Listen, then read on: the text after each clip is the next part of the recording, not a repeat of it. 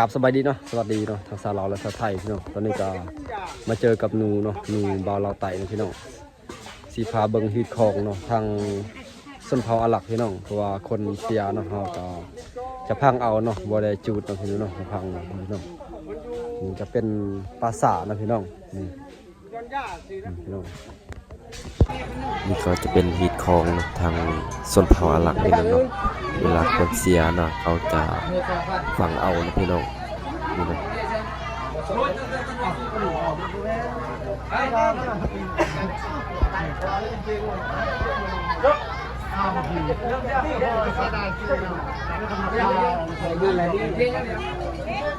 นี่ก็เสียใจห้องไห้เนาะอะไรเพราะว่า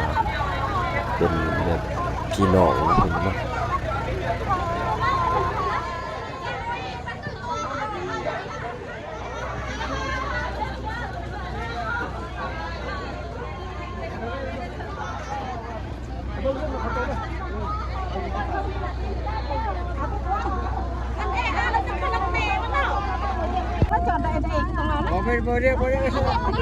อาชีพของไก่ของเมืองบ่อยู่นี่ก็แต่อันจำคันนี้ดังกันเนี่ยเจ็บบ่ไงแต่ไปดังยังมาเฮามันจอดเกินกล้าดังปะไม่ตะกี้นี่เวลารถคบในแกมาดื้อบ่ดังเลยเวลาแต่รถไม่นี่กันน้องยังบ่มากอ๋อยาแอมตาแอมมาจึงซอเฮาเทื่อเลย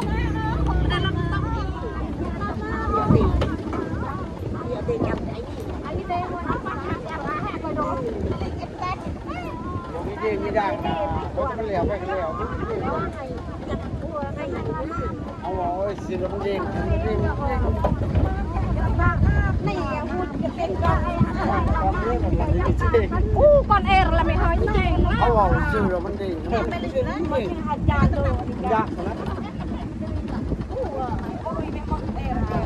้วยละค่ะเบิ้งว่าเอ๊ะจะเบิ้ง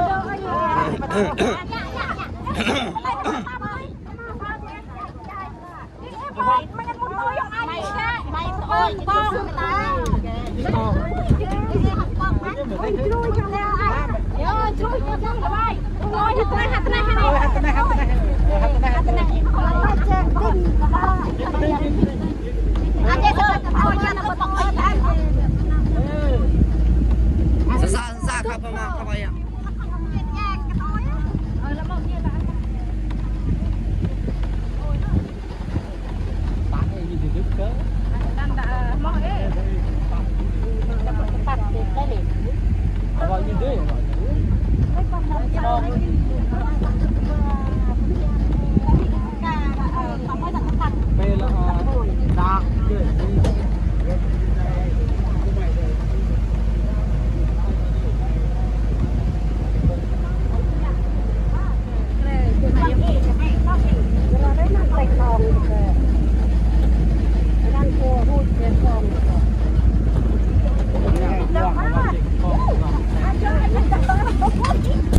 เป็นเส้นทางไป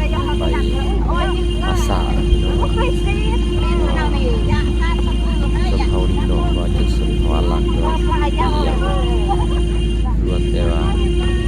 ฟังเอาที่เราสุดก็ไม่ได้รถล้ำนะฮะรถเล็กนะฮะบางคนเขามีเงินเขาก็จุดเอาในว่าส่วนลายนี่เขาจะฟังเอาที่เราจะเป็นภาษาที่เรา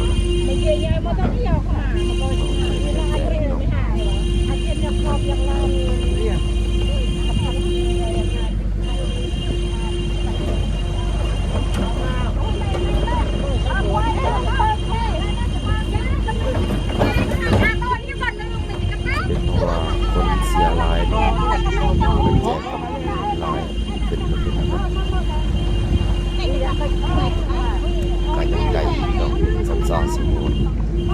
บางสมคนแบบใครจะตายสิแกปีไม่มาหาเราไปยังจะตายตีเป็นลมร้องหา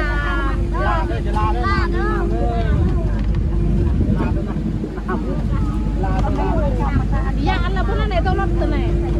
นี่ไม่ตรงไหมนะไอ้นั่นต้องรับโดยที่แค่มันรักไอ้คนจักยามไม่ได้ข่าวดูเวลาดี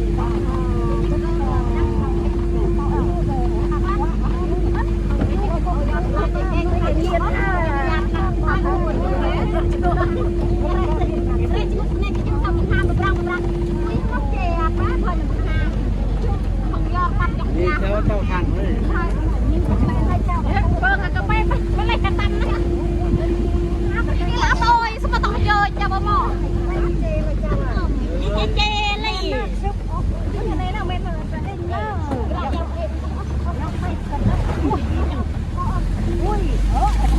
มอตา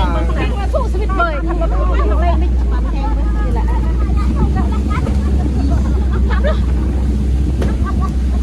เวลาให้เพิ่มให้เปลือกตีเคยยางดีถ้าเอาตุ่มยางโต๊ะตุ่มยางเลยทะเลมีแก่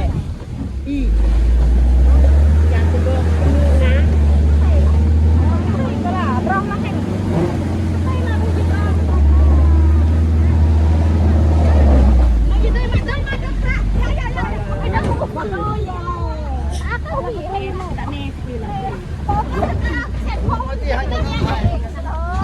ยังจะโกไม่เจ้ายังโกไม่เจ้ายังไม่ต้องโกแก่แล้วฮะต้องหลุดลงอ่ะ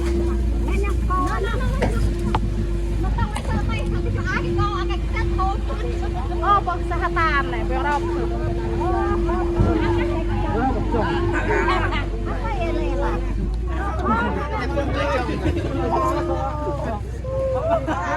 อีความจังอีความจังเนี่ยจังทำดียังมึงเหรอ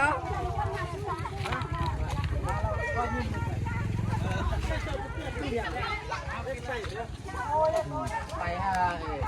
ตับมันเลยนะมัน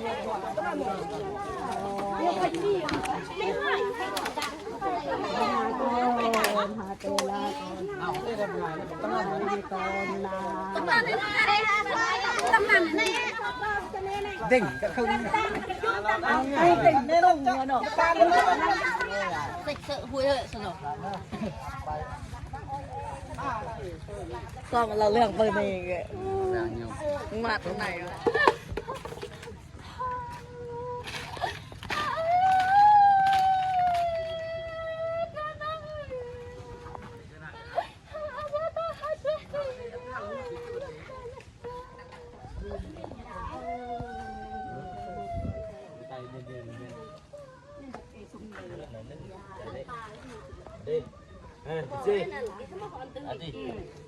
มือคอยนี่คอยนี่หลานถืออยู่ เลือบมันดอกเลือบาดได้แฮะ ยายาแม่ก็ร่วมเอ้ย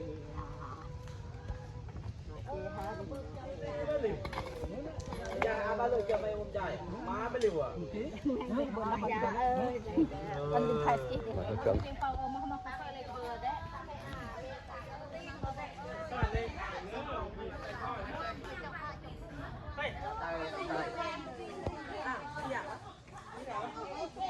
ไปหักตายอันนี้บุบีปลายดากมันแต่ก็เอ้ยแต่ก่อนมียอดก็เซยยอดอัปลายดากเลยโลก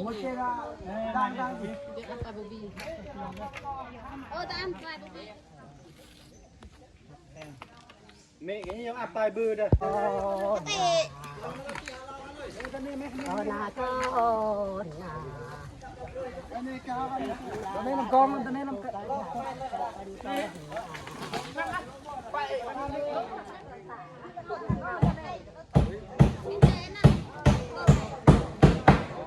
ตัวนี้เขาจะฟังเรียบร้อยพี่น้องเนาะคนก็เต็มเนาะซาเลยเย็นพี่น้อง ก็เลย ญาติพี่น้อง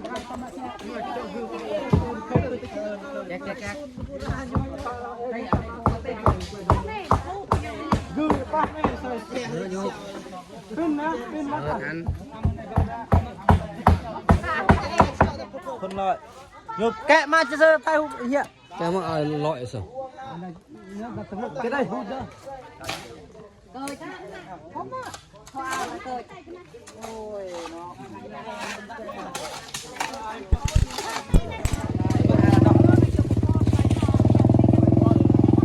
จะฟังหลังจากเขาฟังแล้วเอาเหนือเนาะพี่น้องเขาตรงข้ามไฟตัวนี้พี่น้องเนาะเพราะว่ายันแบบเขาถือเนาะทางศาสนาเฮาเนาะหรือว่าทางสุเฮาเฮาเนาะถ้าเฮาบ่ข้ามตัวนี้นี่ข้ามไฟเนาะพี่ก็จะนำเฮาพี่เนาะตามความเชื่อถือของแบบในรุ่นคุณปู่เนาะพี่น้องปู่ย่าตายายพี่น้อง เขาเอาใบไม้ใบตอกเนาะปัดประตูเนาะแล้วข้ามไปกันเลยจากมาขับทีเขาจึงเมื่อใดพี่น้อง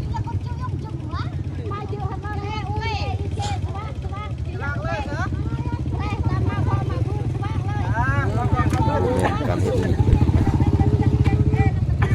ก็เท่าคนแก่ใหญ่เล็กน้อยก็เอาเล็กข้ามตัวนี้ก่อนสิเมื่อพี่น้องมาสมัครทำไมอ่ะเลิกทำไมอ่ะบางคนขี่รถใหญ่ก็เอาใบไม้ใบตอกเนาะพี่น้องเนาะ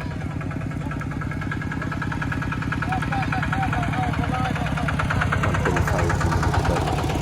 สิบพี่น้อง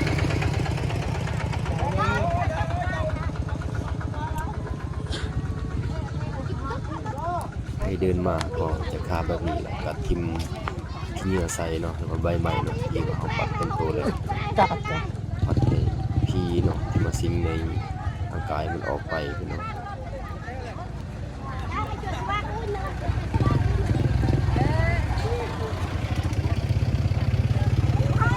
ตอนนี้มันก็เมื่อใดพี่น้องเมื่อเดือนเนาะก็ต้องว่าเขานำไปที่พี่น้องก่อนสิกินข้าวได้ถ่ายเป็นนั้นนี่คลิปดังนี่ยังเรียนถ่ายจักราน มันเสียก่อนสิเมื่อเฮือนเฮาเนาะ ตับดำเลยโลนบาร์เลย เขาจะมาทำข้าวแลนเนาะพี่น้อง เอ้เพื่อนปลาโลนเนี่ยปลาโลนเนี่ยบาราสิ มาไปเห็นเพกระเด้งก็คือว่างาบารางาเจอได้นั่นเปล่าๆว่าล่ะว่ากระดาษตัดนั้นมาแก้กระเจ้าจกรอบกระดานนั้นจก จ้ามาแล้ว ดาบอลเจนเจบอลเต้นเจตัด นี่หลังจากเขาเมื่ออะไรพี่น้อง ได้ซอ จกมามันทำแล้วเขาหมายแค่ยืมแบบซื้อให้พวนน้ำขาไปแล้วไม่เจอดอกที่นั่นนั่นมันแอนทอง อุ้ยเมื่อจังดังมาไงปะเอ้ยบาราติปากดึกจิละดึกเลยดึกเลยสีขาวเอ้ยยังไงเอสหายโตเอ้ยแต่กำตาเอ้ยเอาง่ายเลยยุ่งอ่ะวายอ่ะ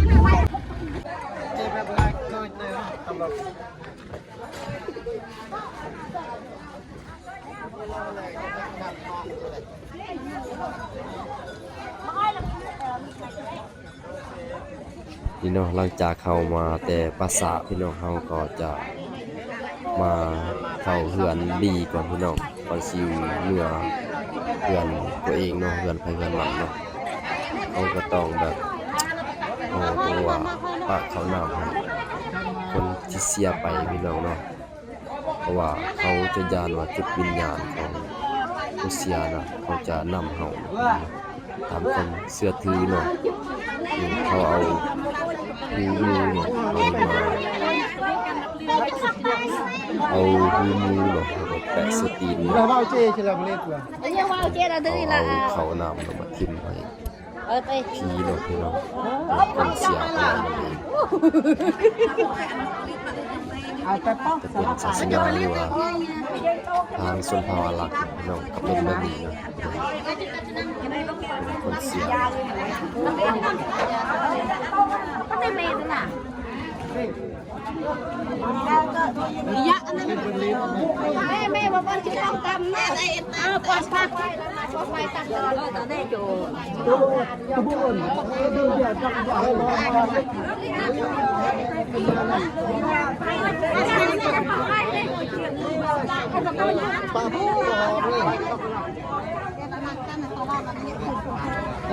ตรงนี้พูดกันได้อันนี้เราเปิดการจัดการต่ำด้วยนะเราตีลำมาได้เบอร์อ้ำให้เราถึงเราใช้บุษการบุษงานไม่เห็นใครไอ้นี่มันจับไปตั้มแผล เป็นยูกทาน อ้าวเสื้อกี้ยังไงเองนะแปลกบอย Nenek ranya nih sama Kevin. Lah lirat nih. Senyum.